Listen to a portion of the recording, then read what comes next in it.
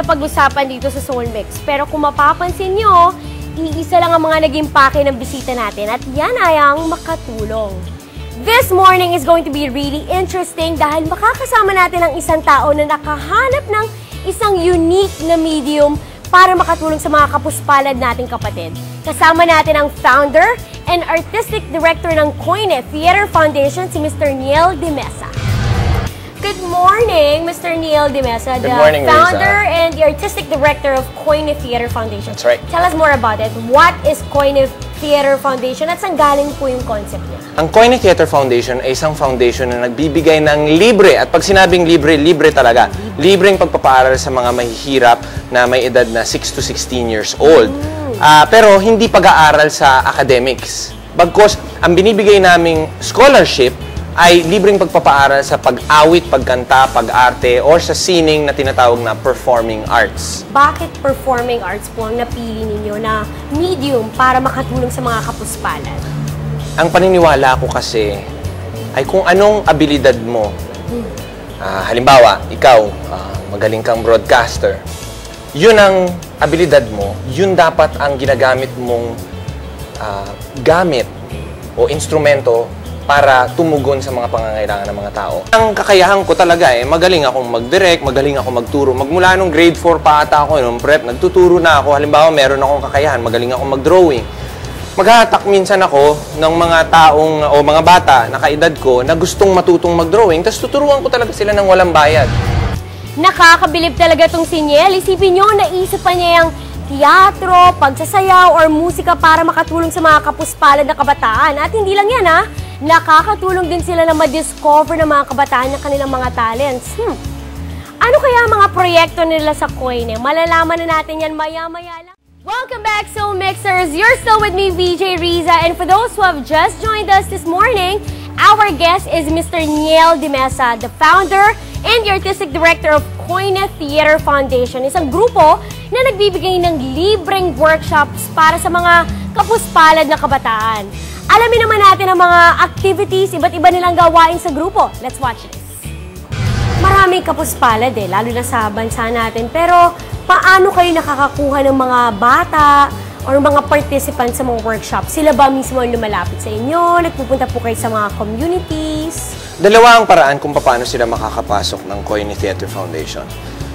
Ang unang paraan ay pagsali sa summer program namin.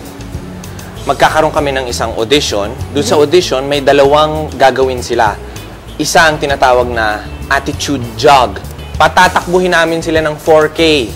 Oh my God. Okay. Hanggang sa lumabas ang tunay nilang pagkatao. Kasi pag pinatakbo mo ang tao, malalaman mo kung nangunguna sila, nambubuyo, nambabastos, nagpapasikat, o sumusuko. Oh. Pagkatapos noon, papasok sila sa department na gusto nilang pasukan, dance, drama, or music. Paano naman makakapasok ito? Kailangan ba magaling ka or potential okay na? Potential okay na. Tapos madalas, halimbawa, papasok ka ng music department. Tapos kadalasan, kakanta sila. Parang American Idol style, may mga hurado. Pagkatapos nun, maririnig ninyo naman sa boses, kahit sintonado, yung kagustuhan ng bata. Minsan may maririnig akong bata na wala talaga sa tono, pero feel na feel niya. At kung feel na feel niya, dapat siyang maturuan. Maaari din sila makapasok through our mission stations. Ano naman po itong mga mission stations na ito? Pumupunta talaga kami dun sa area. Halimbawa, Smoky Mountain, magsa-strike kami ng tent. Kasama ko dun ang mga elite scholars ko, yung mga matatagal na sa kumpanya. Yung mga magagaling na rin na meron na silang mga tinuturuan ng mga chikiting sa kanilang mga klase. Kasama ko sila, papatugtugin ko lang yung music, sasayaw kami, magkaklase ako, nagamit yung radyo at kasama ko yung mga elite scholars ko. Mapapansin ko na yung mga street kids na nakapalibot lang, mga tambay, halimbawa sa Smoky Mountain, maririnig nila tong tugtog. Tapos pupunta na sila sa likod at mamaya kasama na sila sa klase.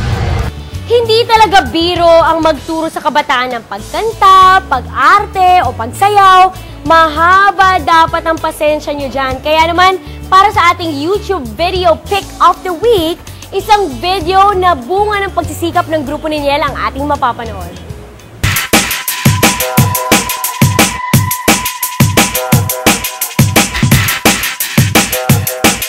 siya sa laban, anong gagawin natin? Teka, bakit parang mas takot pa tayo sa ating mga magulang kaysa sa ating mga kalaban? Kapatid, fear out of respect ang tawag doon. Respect ang palayaw ng allowance. No choice tayo. Marami tayong may kakayahang mamili.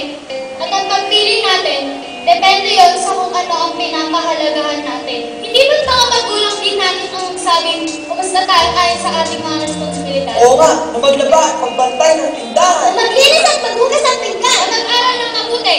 Sabi ni Maestra, ang inyong kakayahan, ang inyong responsibilidad.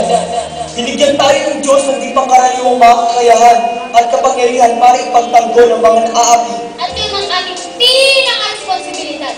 Dahil walang ibang makakagawa ng kaya natin gawin, kundi tayo mismo.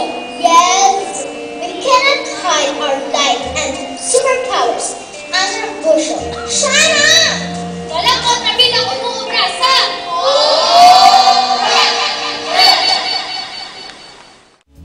Nakakatuwa talagang makita na napakahusay umarte ng mga estudyante ng Koine. Sana mas marami pa kayong matulungan na kabataan.